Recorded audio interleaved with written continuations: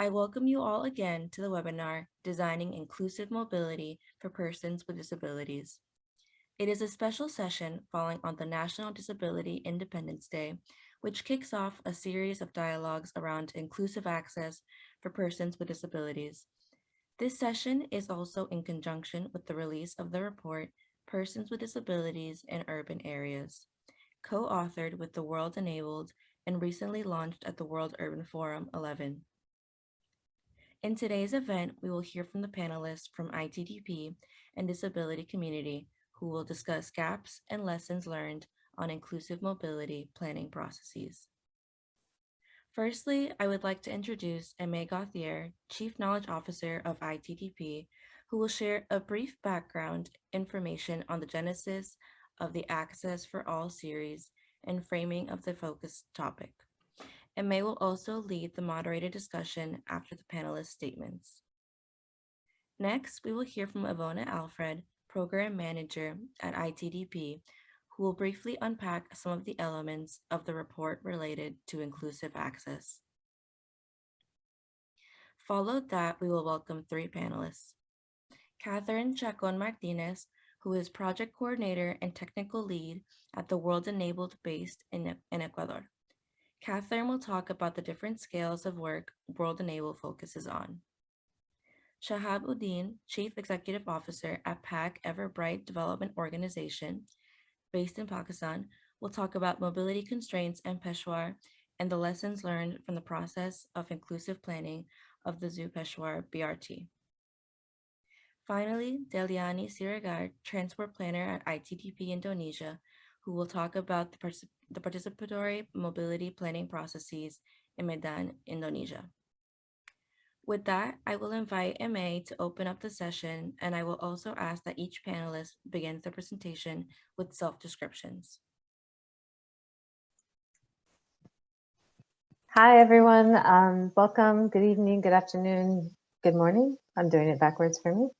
Welcome to this panel. I'm really excited to be here with you all. My name is Aimee Gauthier.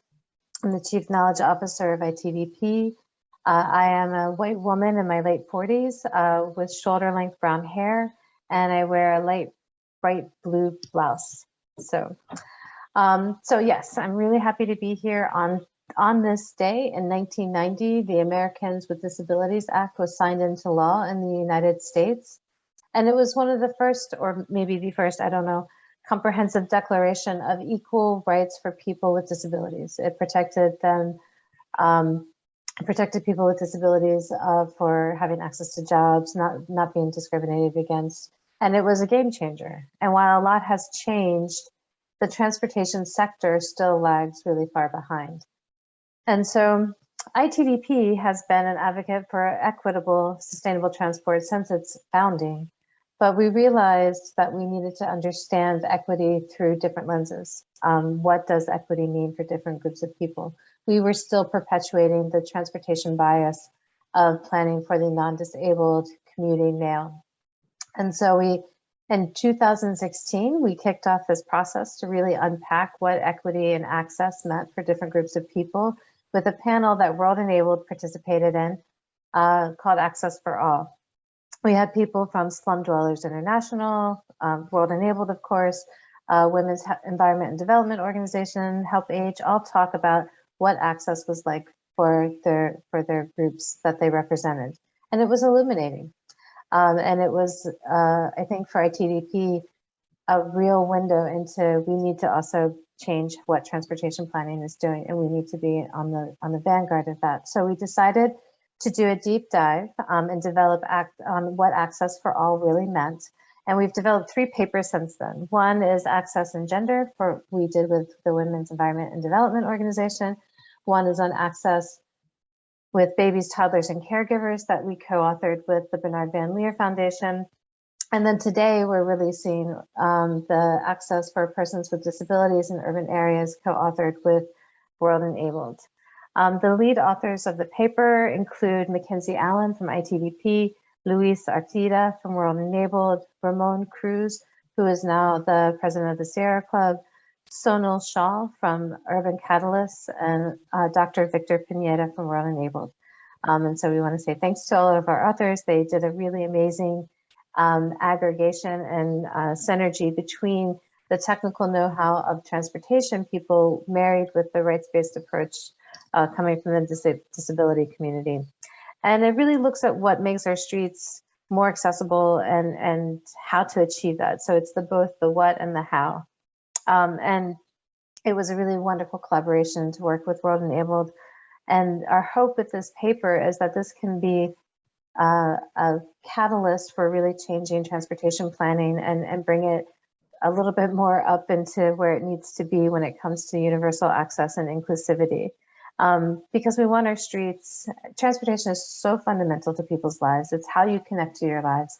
And if you're not able to make that connection, you're isolated and you are disconnected.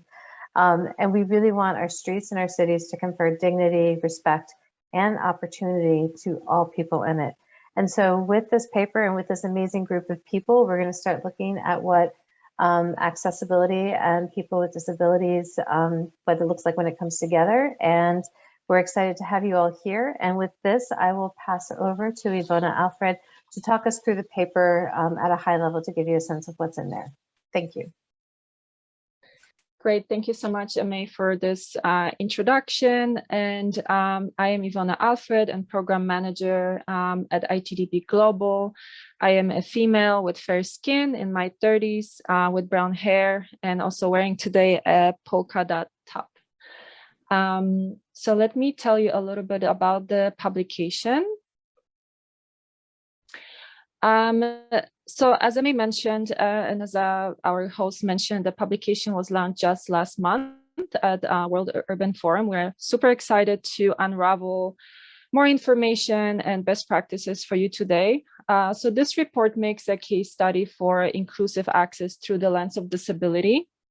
It really is unpacking the needs and environmental barriers for people with disabilities and the inclusive processes and outcomes from mobility planning. So just to frame a bit about who we are talking about, more than 1 billion people globally experience some form of disability, and about half of those people with disabilities live in urban areas. So this might sound very astonishing because we don't always see those people around in cities. And this is just because they are really excluded from public transport, city spaces and services by design promoting exclusion, not inclusion. So first and foremost, we have to keep in mind that just as there are different types of people in general of different physical and cognitive abilities, there are also different types of disability, including issues around seeing, hearing, walking, remembering, or concentrating. And some of these disabilities are not noticeable.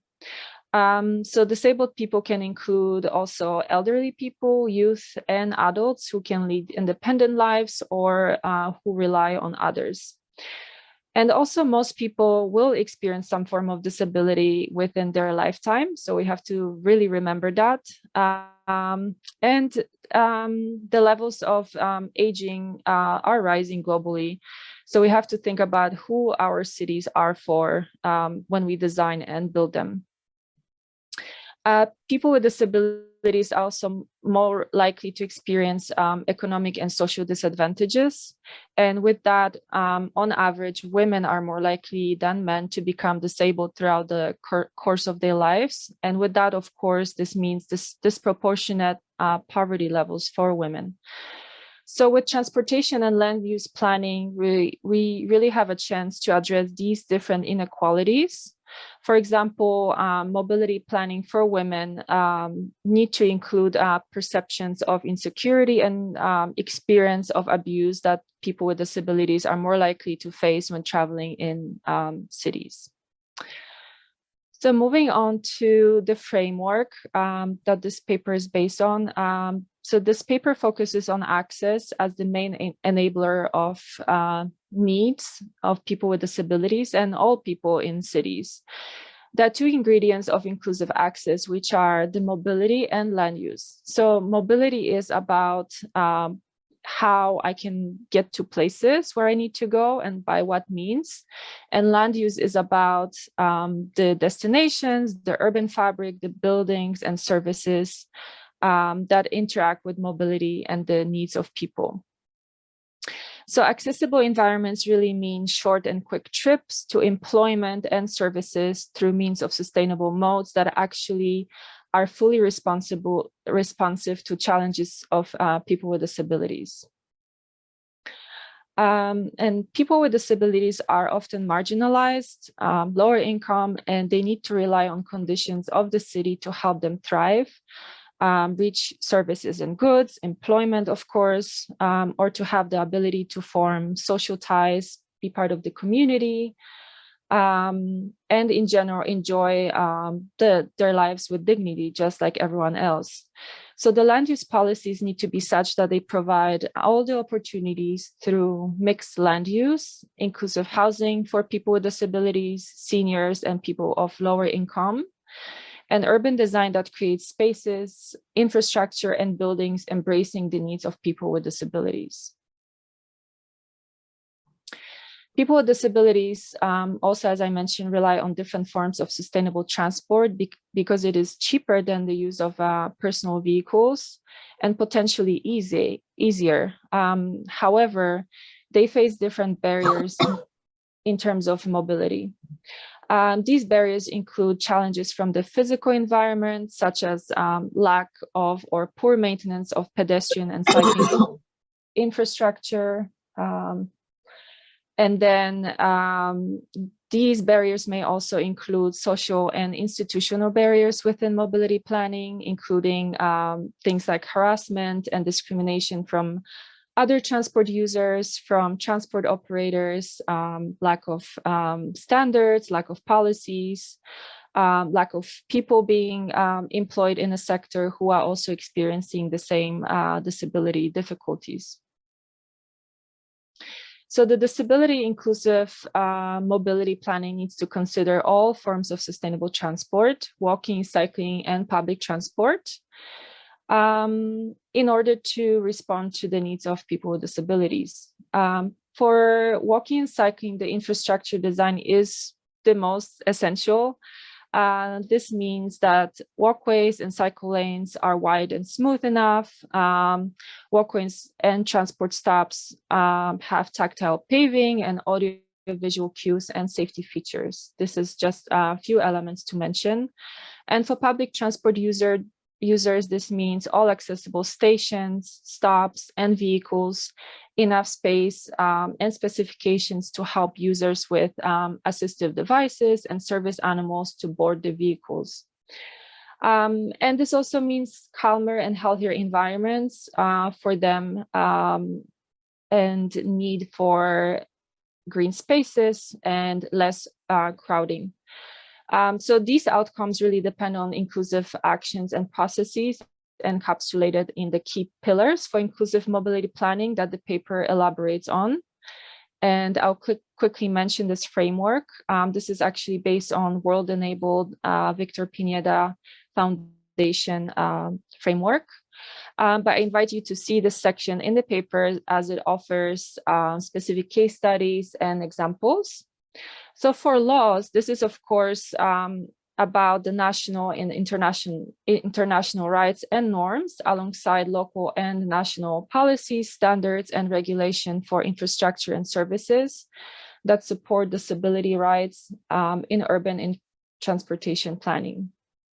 Leadership means cultivating leaders and policymakers who prioritize disability rights in land use and transportation planning, and who are able to allocate budgets with this prioritization. And attitude means cultivating supportive beliefs and positive behaviors of the general population, And this, of course, includes operators who and the private sector who operate the mobility systems. Participation means ensuring engagement and representation of people with disabilities, which informs actions in urban and transportation planning.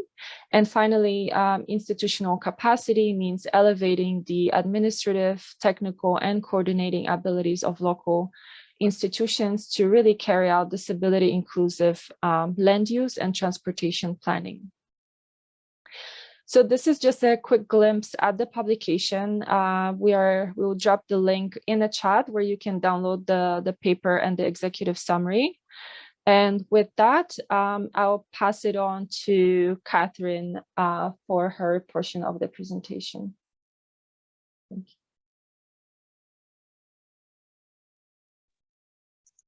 Thanks a lot, Ivone. So I'm going to share my screen. Okay. Well, hi everyone. My name is Catherine Chacon. I am a woman with a red suit. I'm brown hair and brown eyes, and I'm 30. So, well, I'm going to start. I'm Catherine Chacon from Word Enable. I'm going to present everything that we have done in terms of inclusive urban development and presenting especially since the perspective of Word Enable. In this chart, we are going to present the first general information about disabilities, how is involved everything about the legal framework, and also the Cities for All global campaign that we are doing. Then I'm going to explain a little bit the Ecuadorian public policy that we develop in terms of mobility with the Ministry of Mobility. So with that, I'm going to say that the general information that we can share is that 25% of all the people on Earth encounter barriers in cities because of aging or disabilities.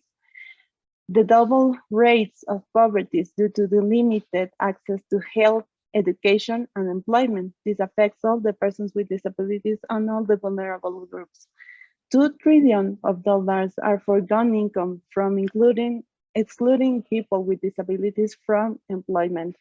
That affects the GDP, especially in terms of all the incomes that a country has.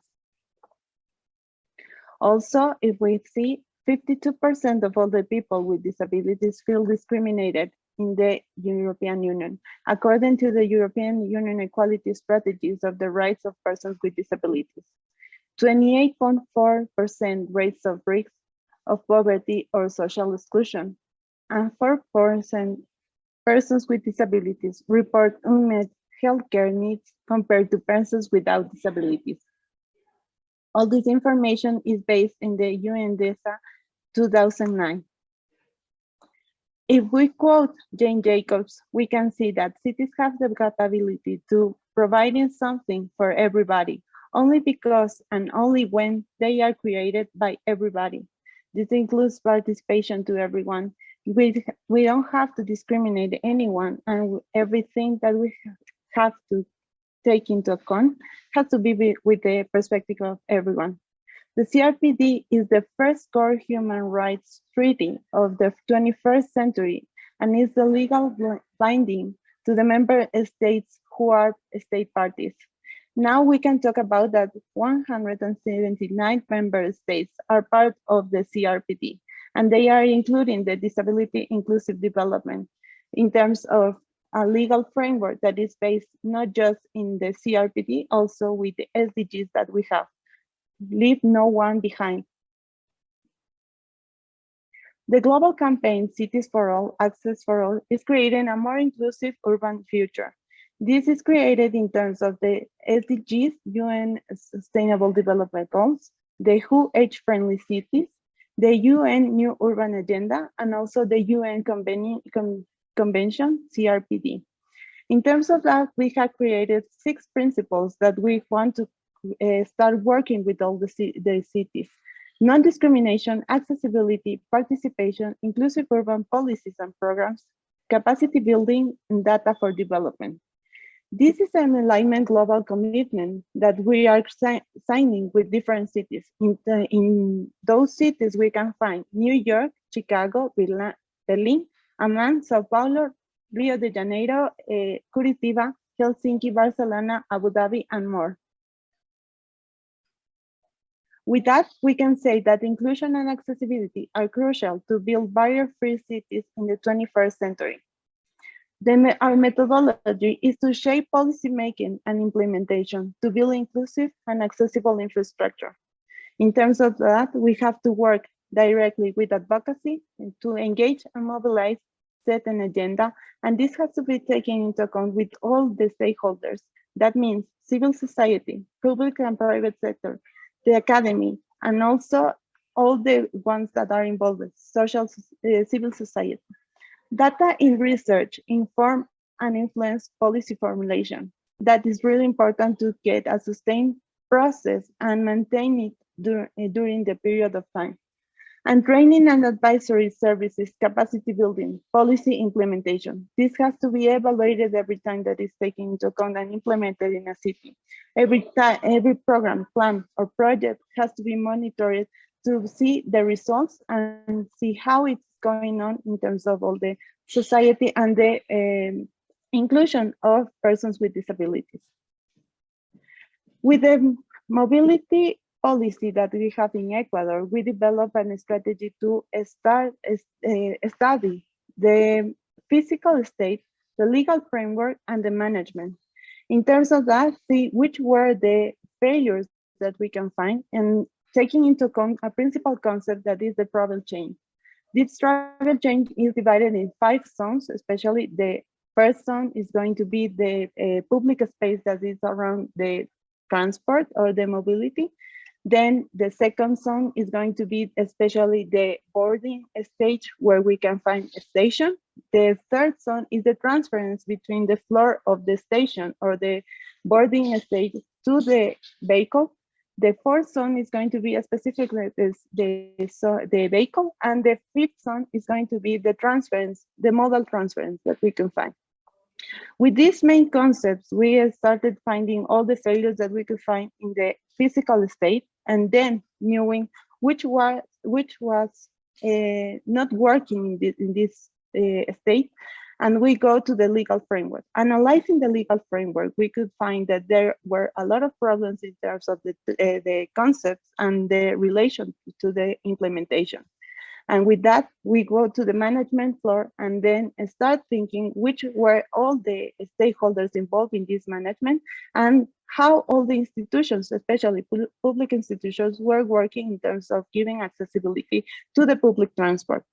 With all this analysis, we compare it with the European concept of accessibility, and that gives us all the results of how to compare it also with the 6 principal concepts that we can find in the global campaign. That means that we could develop a strategy to plan projects, plans, and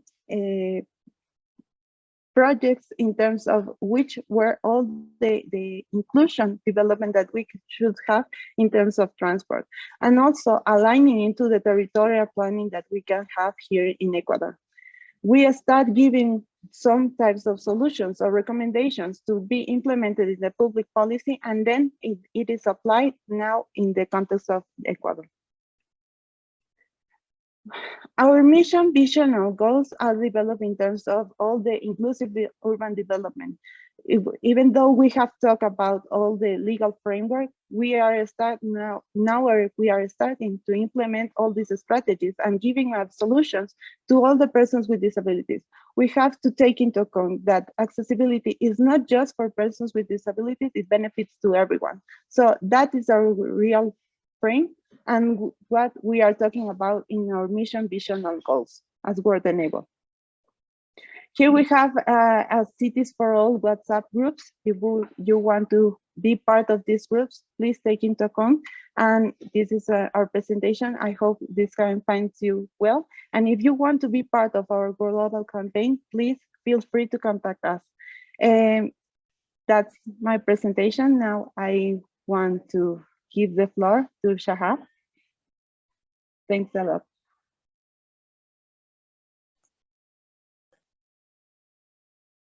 Thank you, Catherine. That was great. And Shahab, I don't know if you're ready to go. We can't hear you though.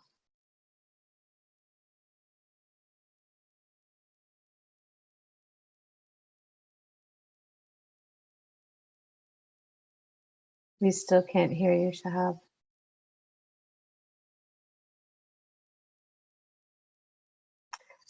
Sorry. So everyone can hear me? Yep, great. Sorry, just a little bit about it. Nope. Somehow when you use your headphones, it doesn't work. Hello. Oh, Yeah. it is working now. Sorry. Okay, sorry. This is Shahabuddin. My name is Shahabuddin. My age is 36 and my skin is light brown and slightly trim my beard and light short hair, black hair. Thank you so much. So let me proceed my presentation. Uh,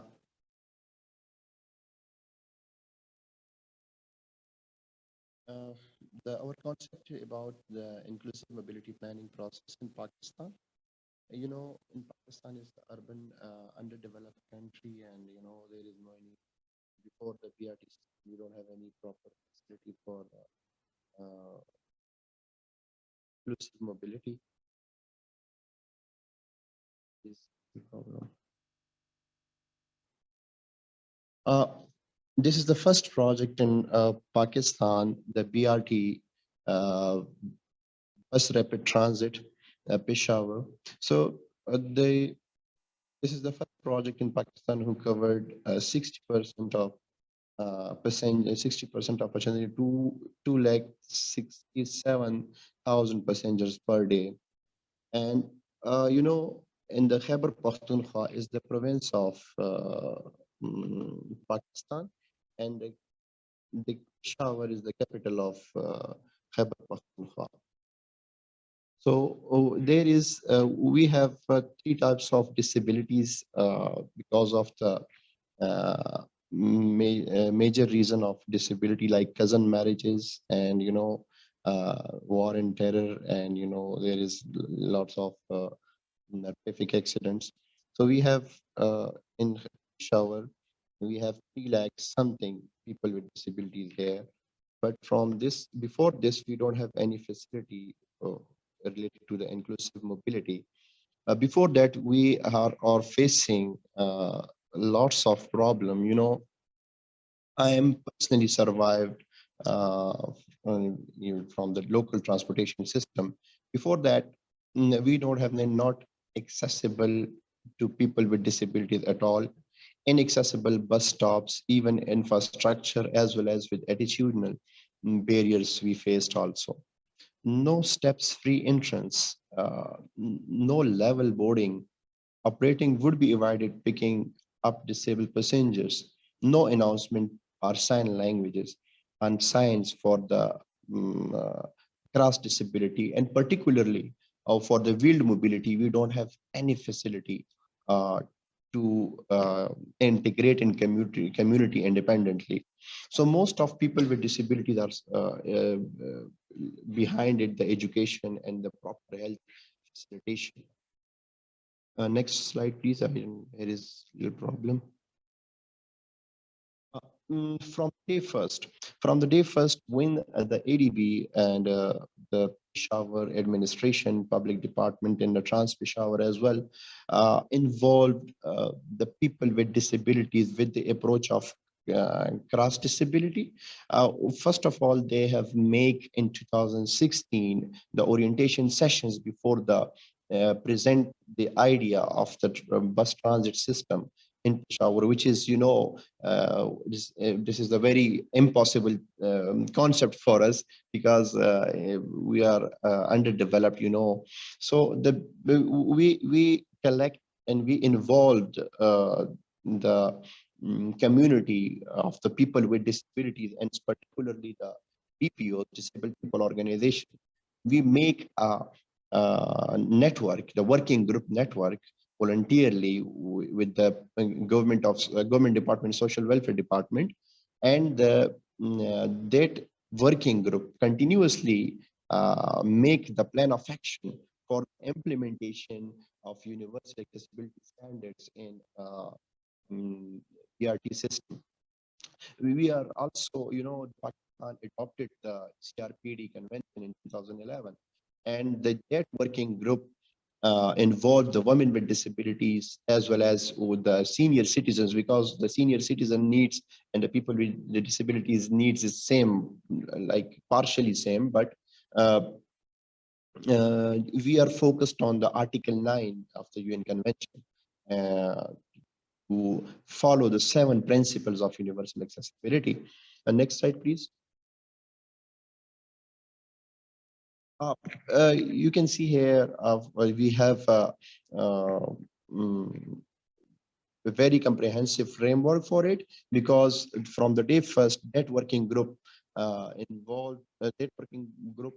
also involved relevant stakeholders like construction agencies, like designers, architects, universities, and students as well, to make alternate solution uh, program. Because if we are going to the 7 principles of the universal accessibility implementation, so it's quite impossible in, especially in Peshawar, because we have a lots of cultural, economical, and infrastructure barriers other than disability. So it is quite difficult to convince the community about the concept of the universal access. So we engaged and we involved all stakeholders to make a proper need-based environment for the people with disabilities. So first of all, before the implementation, we involve all stakeholders, and we evaluate the needs of Peshawar and the statistics of the people with disabilities here. So this is the uh, uh, our mechanism for the implementation. So there is we have a braille track system for the visually impaired persons, announcements, as well as we have screens and signs for the visually impaired person. But uh, before that, we are involved the civil societies and non-disabled community to understand the needs of the people with disabilities, and conduct a training sessions with the government officials, because most of government officials deny the needs of the people with disabilities, because we don't need to waste lots of money for this project, because we don't have any people with disabilities here in Peshawar. So that's why we make a working group for it. So this is the reason behind the success of the BRT.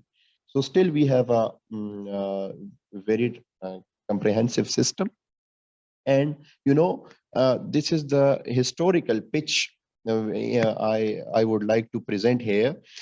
We make an ecosystem here. Through this BRT system, we identified the appropriate assistive devices concept, because there is no any concept about the appropriate assistive devices. So now the integrated department are focused about it to the provisions of appropriate devices, because most of departments provide the inappropriate wheelchairs, which is really impossible for the BRT management system to operate easily. So that's why that department make a policy for the appropriate provisions of wheelchairs. And as well as we have a very huge university in Peshawar, the Peshawar University. Through this BRT project, most students admit in the different departments of Peshawar University, but they don't have any accessibility. So through this system, they identified the needs of the infrastructure. And now the Peshawar University and the HEC Higher Education Commission passed and adopted the policy of the student with disabilities, particularly for the infrastructure accessibility. So this is the major success to achieve the priority 5 goals and UN Convention Article 9.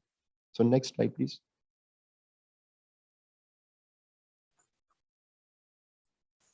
This is the end of your presentation, Shahab. Oh, sorry. Yes, share again. So this is my final slide here. 6. Okay. So let me conclude my presentation and discussion. What is the outcome of the BRT system? Today, still the BRT administration department make a diversity section they would like to make a diversity section to deal the specifically problem of on daily basis for the people with disabilities. And that diversity department recruit the people with disabilities, and their people with disabilities themselves operate the services like excavators, elevators, lifts, and the awareness announcements. So this is we are engaged people with disabilities like this mechanism, and as well as the government identified that we need to change the policy related to infrastructure and urban mobility as well. So even other than BRT, the KP government planned about it to make and adopt the off-corridor buses, non-step buses, and even the Uber and Careem is also thinking about to start accessible vehicles for the through application for the people with disability, and particularly for the wheel mobility. So this is the outcome of the BRT. So That's great. Yeah, Yes, thank you. Thank you so much, Shahab. And with that, we'll pass it over to Deliani to conclude the round of presentations. Thank you. Thank you, Amy. Yep. Shahab, can you unshare your screen? There's a button to stop screen sharing.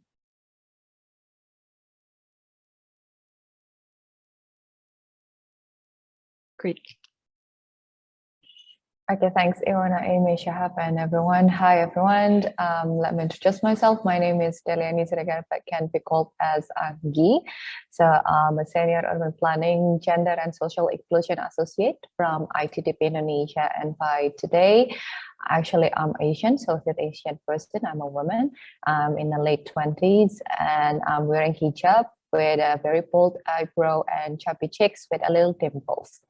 So yeah. Today I want to share a little bit things that we've done so far and in Medan, talking about how we doing collaborative planning process and also involve and include the people with disabilities within all the process. So why we want to share this story, because it's a bit quite different from our latest webinars or even discussions or sessions or meetings. If you just like check out our YouTube channel or Instagram or other media, even through our website. Most of the collaborative planning process has been done in Jakarta, our capital city in Indonesia. But however, starting in 2021 or even like in 2019, we start to explore actually in another cities, because everyone just keep asking about how we do replication or how we do the same things and make it succeed in other cities. So yeah, we try to explore and we try to communicate, and up to this session, this phase, at this stage, we can proudly tell you about the story. And actually, as I mentioned before, specifically in Medan, ITDP Indonesia just work and collaborate with the people with disabilities to do introduction and then to understand about who are they, how we want to them define us, to tell them about who am I, who we are, and then what we are doing at the present. We started all the things in September 2021. And then through all the short process, we also do audit and then for surveys, develop the tools when and where we can do together the surveys, and also develop the tools about the indicators when about we agree on things that where we can or when we can call it as an inclusive or universal design, what is the universal design, and etc. And we also have a discussions with city government to let them understand about the urgency of these issues. I mean, how the city can and should implement the inclusive access within all the mobility and emphasize the inclusive mobility to be implemented in the city. And in April 2022, actually, we do also FGDs, which we also meet the people with disabilities and also understand about the needs, confirming the issues, the challenges, seeing the opportunities, and we also deliver all the findings to them and also the government, the city officials. And then continues in June 2022, we start to do publication. We publish a publication talking about the planning process in Medan, so inclusive planning process in Medan, how we tell about the process, the whole process, what we do, and the details of the methods there. And we do also dissemination about the reports in June, so to let the people with disabilities understand about what we've done so far, and also how we want to keep it as our collaborative works together.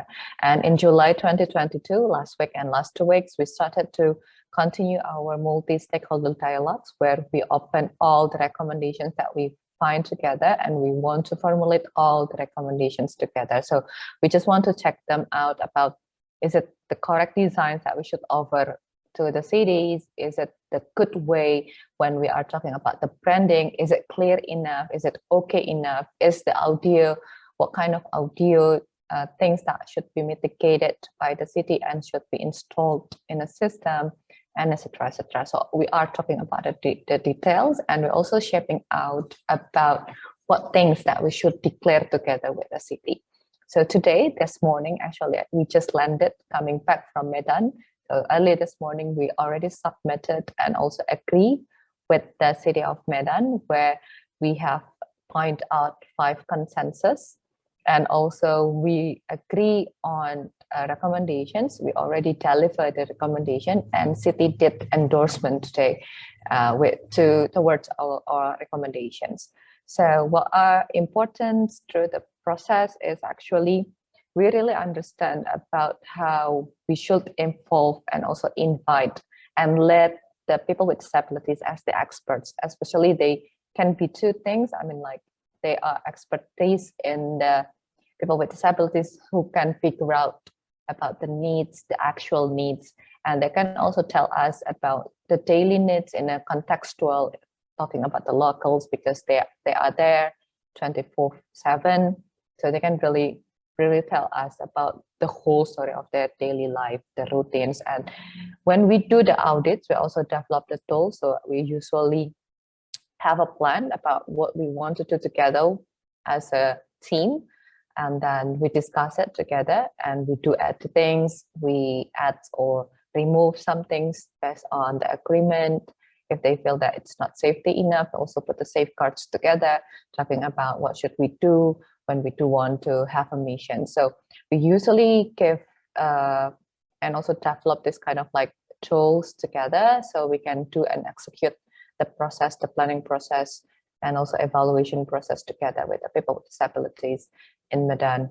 And we usually not only talking about, so the whole process, we do audit FGDs and then multi-stakeholder discussions. We also engage very intensively through the WhatsApp, and we also do informal talks, informal discussions, whether we have questions, even when we are not sure about things, we usually come back to them and also asking.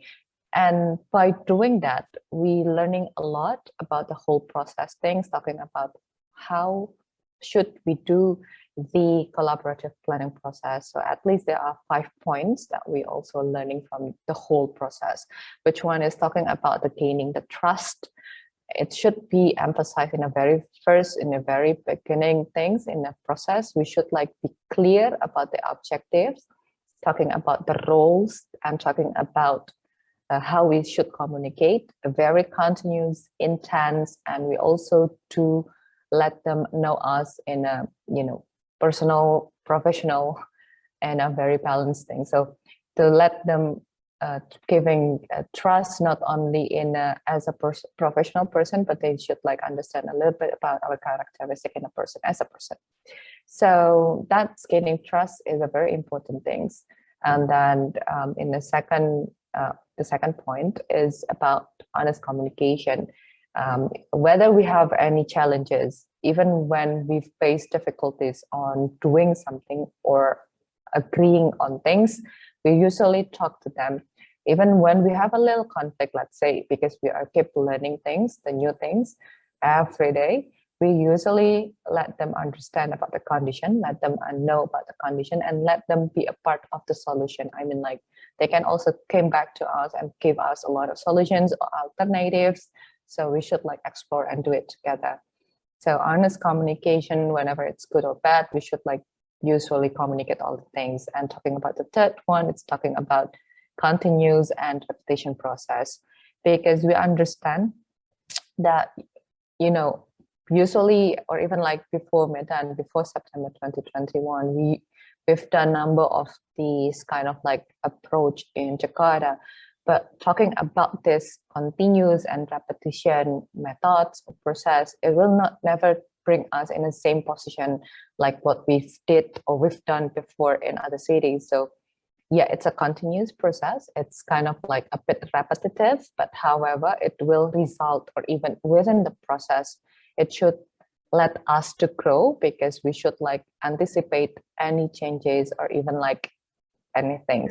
Yeah, and then the last one, we are also talking about connect and maintain, and how we should like deliver and keep learning. So the fifth point is talking about keep learning and also do exploration. Let the cities also understand about this kind of point. So that's the thing that we've done so far in Medan.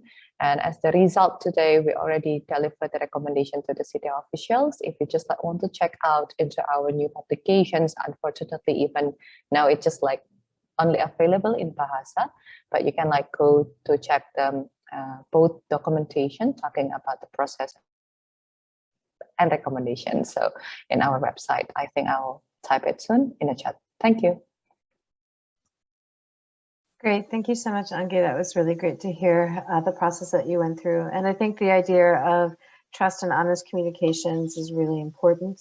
I also think the idea of learning and exploring and being open to not always having the right answers, but at least trying to apply is really important as well.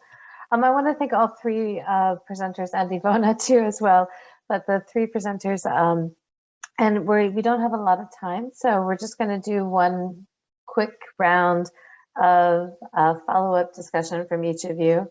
So, you can choose, this is kind of panelist choice, you can choose whether you want to talk about your lessons learned, something that you think is really important for the audience to understand about this process of being inclusive and bringing people in.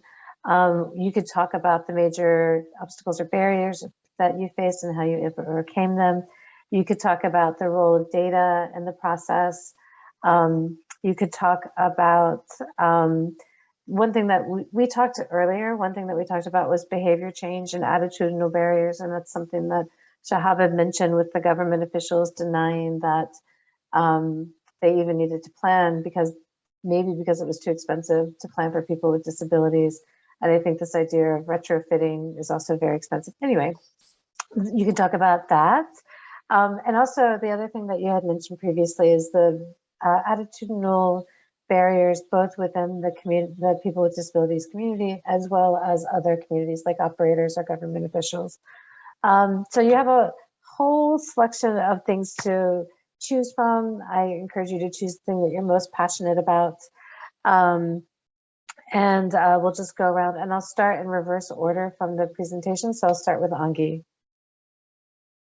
Thanks, Amy. I think I'll go for the questions talking about the challenges. It's always being in discussions talking about time and also resources, about the limitation of the time that we can allocate whenever we want to start this kind of like process. However, as I mentioned before, it's really interesting to put them as the experts, because we will never understand them more or even like better than themselves.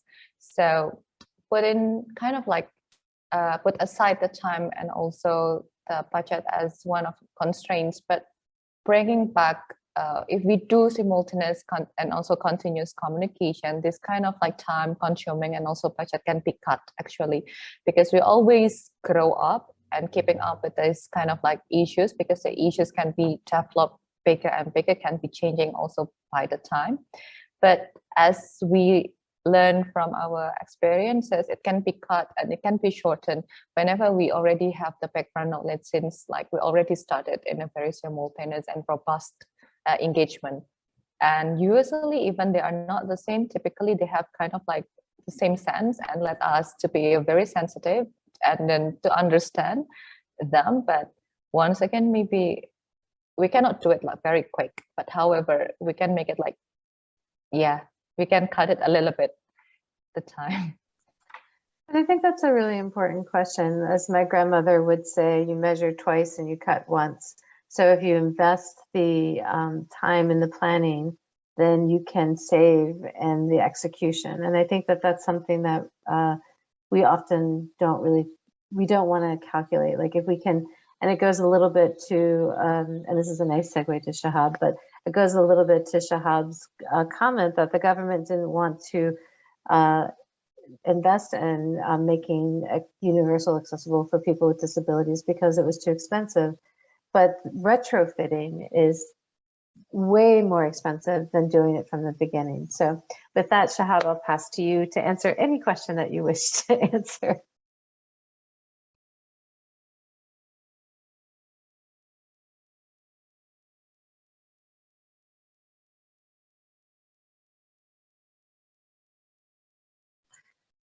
And we can't hear you again.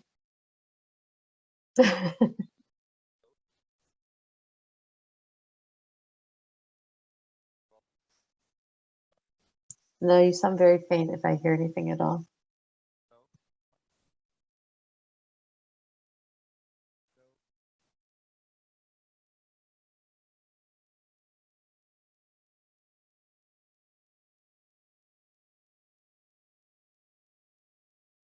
Hello.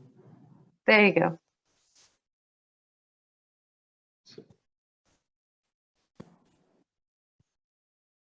I think we can hear you.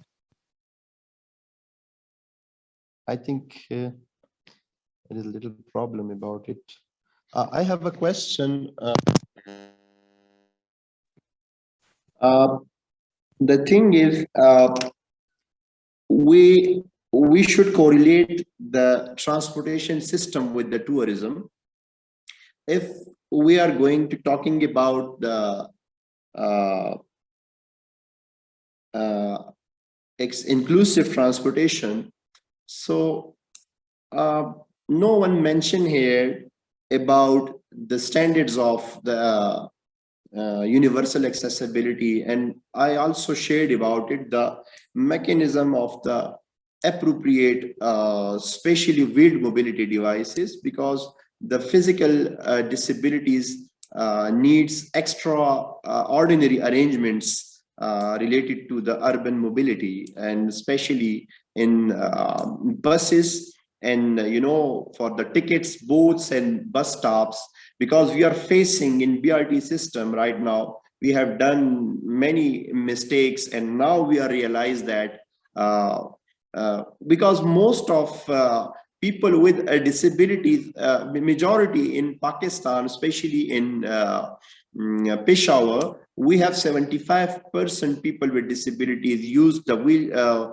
physical disability and use the assistive devices like wheelchairs. So 55% minimum number of the wheelchair users who who operate and use the BRT system on daily basis, but there is no any proper appropriate customized standards for the wheelchair, because everyone make a local wheelchairs and everyone make a local tricycles. So this is quite difficult to manage for the management, even for the for the infrastructure idealistic practices. They are helpless that time to accommodate a tricycle person for the in BRT system, because if let's say we are accommodate one tricycle, and the size of tricycle is minimum 5 to 6 feet, so you just imagine, so how we will accommodate him in buses, because we have a capacity for just for the 2 wheelchairs. So definitely we just give them an excuse, they will make a problem, and they just contact to the social media and electronic media to against the system.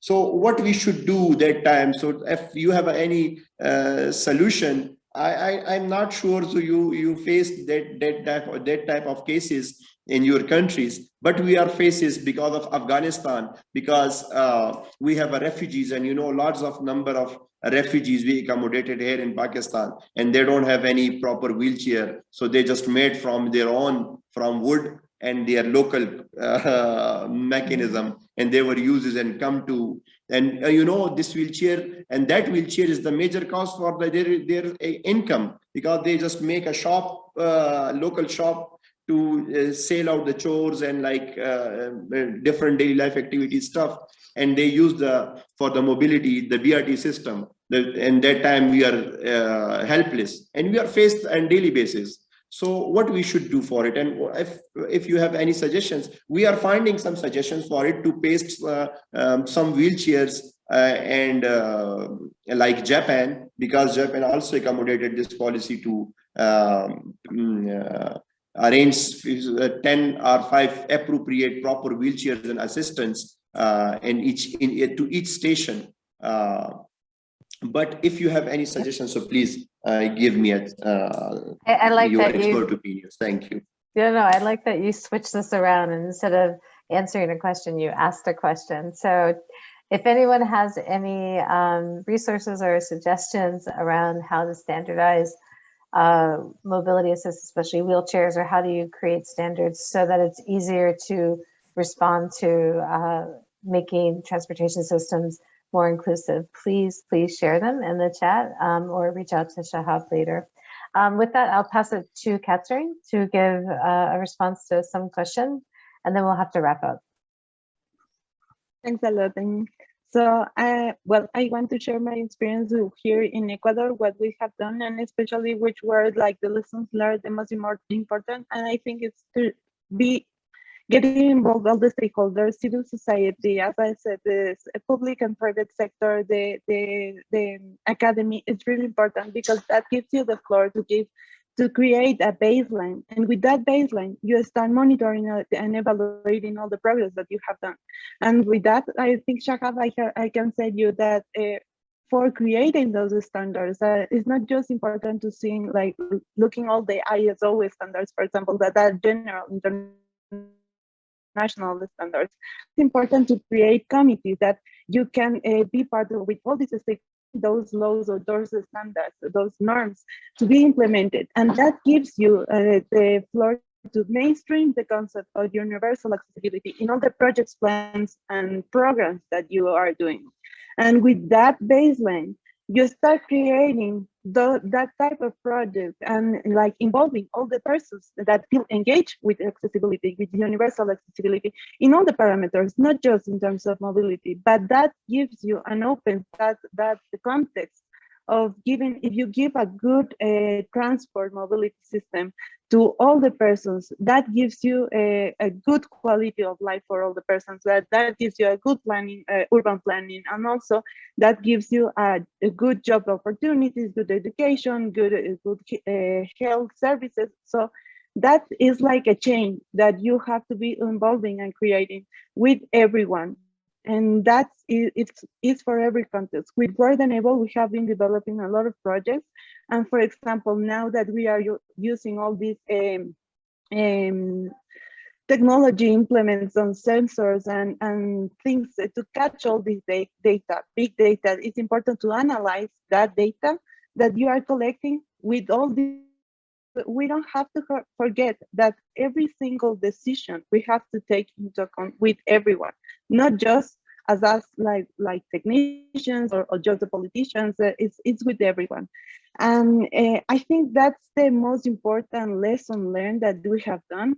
And that's all. I think that that is a process. It's not a short process, period process. It's a long-term period process. And I think that we are working on that. And since we have the CRPD, is our legal framework that we could start implementing in each country or each city. I think that's my intervention.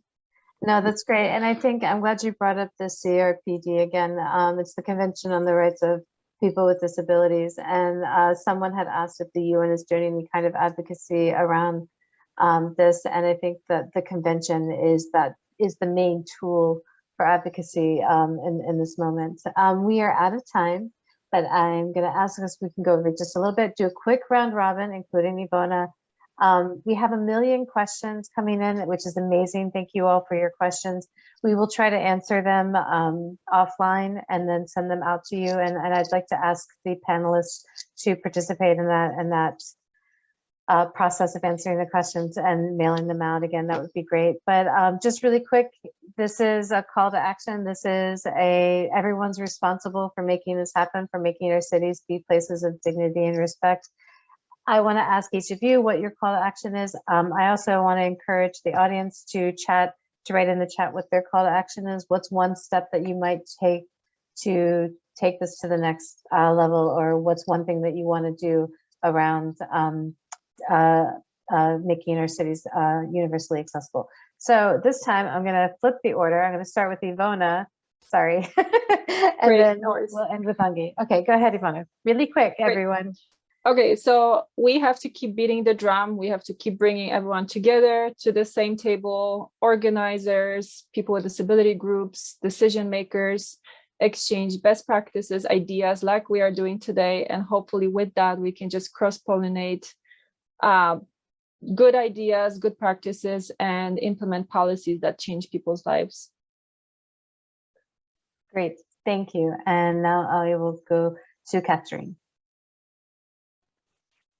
Well, I think that we have to work together. This is a real good community that we have created, and I think that working together we can achieve all our missions that we want, and is to have inclusive cities and inclusive services. I think that we are on that process, and I encourage everything to go on with that and be part of this. Great, thank you. Shahab. I think you should hear me. Yes. We got it now. Finally, I succeeded. As it's today, from today's my big success for me to manage my microphone here. So, so thank you so much for all. And this is the very long from the tickets. The needs of people with disabilities are continuously. This is a continuous process till the day of judgment. But this is the responsibility of each and everyone, and this is our success today. We are here, and this is the perfect success for me from Pakistan and very underdeveloped country. So we are trying my best, and this is the very pleasure for me to represent my my injured country and the global with the global concept of universal access. So this is our success because we are survivors, and we achieved, and hopefully we will work together, and positively we convey the message to leave no one behind with the concept of the international global concept. But I think for the coming International Day of People with Disabilities, International Day for People with on 3rd December, we should convey the message for related to the inclusive mobility, rather than to actually observe with the different events like awareness sessions and things like that. But I think we should make a proper report to this platform from today right now. And I personally contribute to Iona and especially Amy to I share with a very positive report on the International Day of 2022 for the people with disabilities. To convert the different languages and convey through the different visuals for the related to the this achievement of inclusive mobility, to identify the needs with the direct stakeholders who don't have any idea about the mechanism, who don't have any about the policy. We just train them to how to raise your voice for your rights, because this is the responsibility for everyone beyond everything like religions, national, economy, gender, and disability. This is our own responsibility, because one day we will give them answer to our God. So this is our responsibility, and we achieve that. So thank you so much for the very kind platform for me. And again, God bless to you all. Thank you. Thank you so much, Shahab. And I love that. I'm going to pass to Angi and then I'll close. Go, Angi. Thank you. So I think maintaining the good collaboration that have been established is one key, and also I want to also open the collaborations open, so everyone that can want to join and collaborate more, to emphasize, to replicate, and also do this kind of like, adjustment, this and that to the methodologies. So because once again, to make it perfect, it needs everyone, and the issues keep growing up. So we also want to emphasize once again, keep everyone also talk to the same things, talking about the inclusivity, about the urgency, why do we want to, and why do we need to emphasize this kind of thing. So let the cities understand and also put the focus on the thing. So yeah. Yeah, no, that's great. Thank you all so much for your wonderful words. I think these are great calls to action. Let's work together. Let's keep beating the drum, as Ivona said. Let's keep this community alive and strong. And let's look to December 3rd, which is the International Day for People with Disabilities, as another like anchor around which we can do some collective action. So really appreciate you all being here. Thank you all so, so much. And with that, I guess I'll wrap it up. Ivona, do I pass it to you or to Pam? To Pam. Thanks, everybody. All right, Pam, take it away. Yes, I wanted to thank today's speakers, Ame, Shahav, Catherine, Deliani, and Ivona for illuminating insights and discussion. And thank you so much to everyone who tuned in. Please visit our social media and the events page to be up to date with the upcoming events. And thank you again, and see you soon.